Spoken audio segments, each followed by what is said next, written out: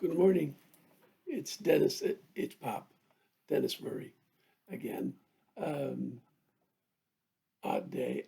I'm not entirely sure where I'm going to go today with uh, with this talk. I watched just a moment ago yesterday's Popcast, um, and I said a lot of what I wanted to say, but I kind of broke it off suddenly, and so I thought I'd develop it a bit more. Um, I'm going to begin by repeating the endpoint that I find it extremely difficult to live this. Um, and I don't think anybody else does either. Um, but I think that it's exactly what we need to do to get out of the current divisive mess we're in. If we're sure that people whose ideas are dramatically wrong from us are not just dramatically wrong. Was that a Freudian slip? Maybe. Who knows? Dramatically different, I believe, was the word I was intending to have come out of my mouth. um, I'm actually not all that fond of Freud. I found that he was too dogmatic and often well, I'm not going to go into that. I'm much more comfortable with Jung. But Jung also would have said pause and think about what it means that that word came out that way. Um, Regardless, so people whose ideas are very different from yours. Um, right now, we're in a posture where we're convinced that our values are the key. And so when people who have very different values um, come to our attention, we want to essentially strongly dislike them for spreading evil. And that cuts both from both sides. Um, People who are able to see uh, humans inside of skins of any color um, can easily hate people who can't. And people who can't get past skin color can easily hate people who can. So if, that's all we were talking about, we'd have an issue of great importance to talk about. But it's just a tiny part of a giant stream of hatred. Um, oh, we could go on and on and on. People who, want to have government funds, essentially our money, used to help others who are in need, and people who think that that's wrong. Carried to extremes, um, these two positions include a strong dislike for people who hold the opposite position. Um, we see, really, strong dislike isn't a strong enough phrase. It's not just anger either. It's not just anger that occasionally spills over into violence either. It's a profound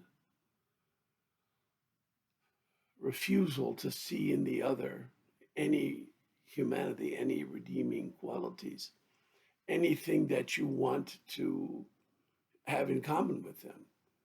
And once you get to the stage where um, all of these very different interpretations of how you live, how you live for relation to others, become so pushed to the extreme and so filled with hate for the other point of view, then you're defining where we are now.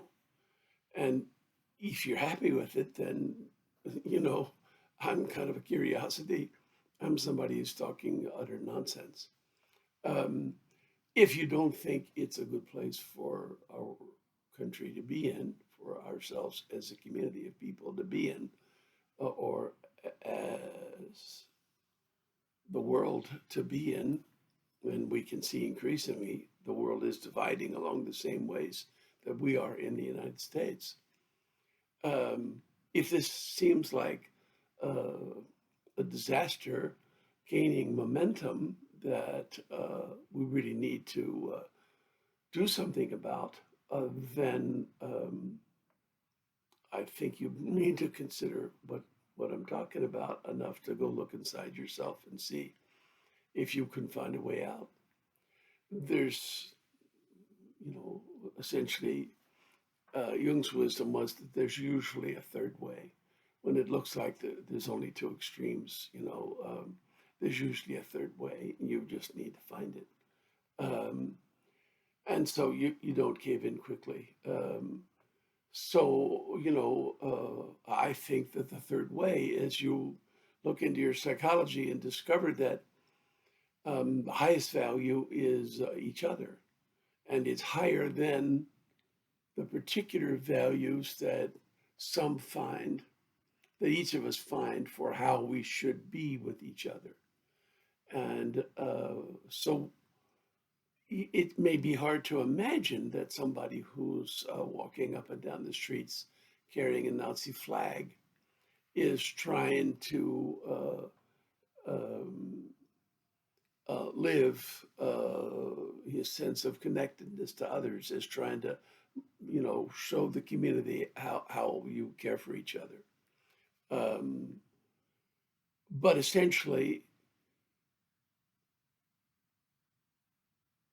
that's that's what's going on. I'm going to walk that back a bit because that's an unfair response. That's an unfair sentence. It's not subtle enough. Essentially, he may not be trying to live his all.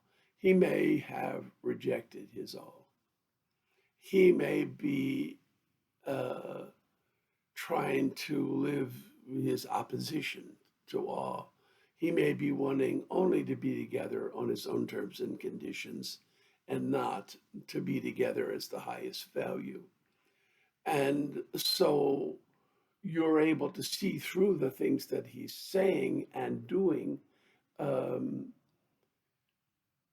but he's still a human. And as such, you would like to be in a relation with him that's fruitful. And that desire of your part to be in relation to him is a higher value than your disgust at his having turned away from awe, his having turned against awe and against anybody who doesn't agree with his narrow extremist point of view about how one lives in relation to others.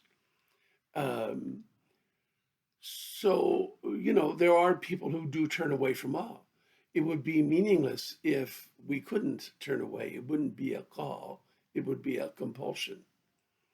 Um, and yet we still see the humanity in these people, and we would like to have them join us in the middle if they would. And we try to live in such a way as to increase the chances that they will in the future find their way to the middle. And that can't include hating their particular point of view. Uh, you've got to see their point of view as their um, something that they've tried to, how to phrase this. I won't even say it's legitimate, but it's in the sense, in an objective sense, everybody has the right to turn away from the all or turn towards it and to interpret the all as best they can. Um, the thing that's more important than the decisions they've made, even the decision to turn away from the awe, is that they're people, and as such, you want to be in fruitful relation with them.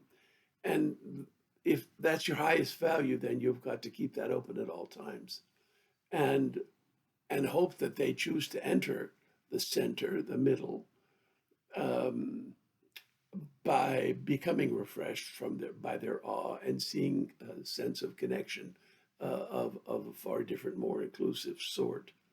Um, so I'm sorry, I just couldn't lay my fingers on exactly the right thing to say to carry my points um, more tomorrow.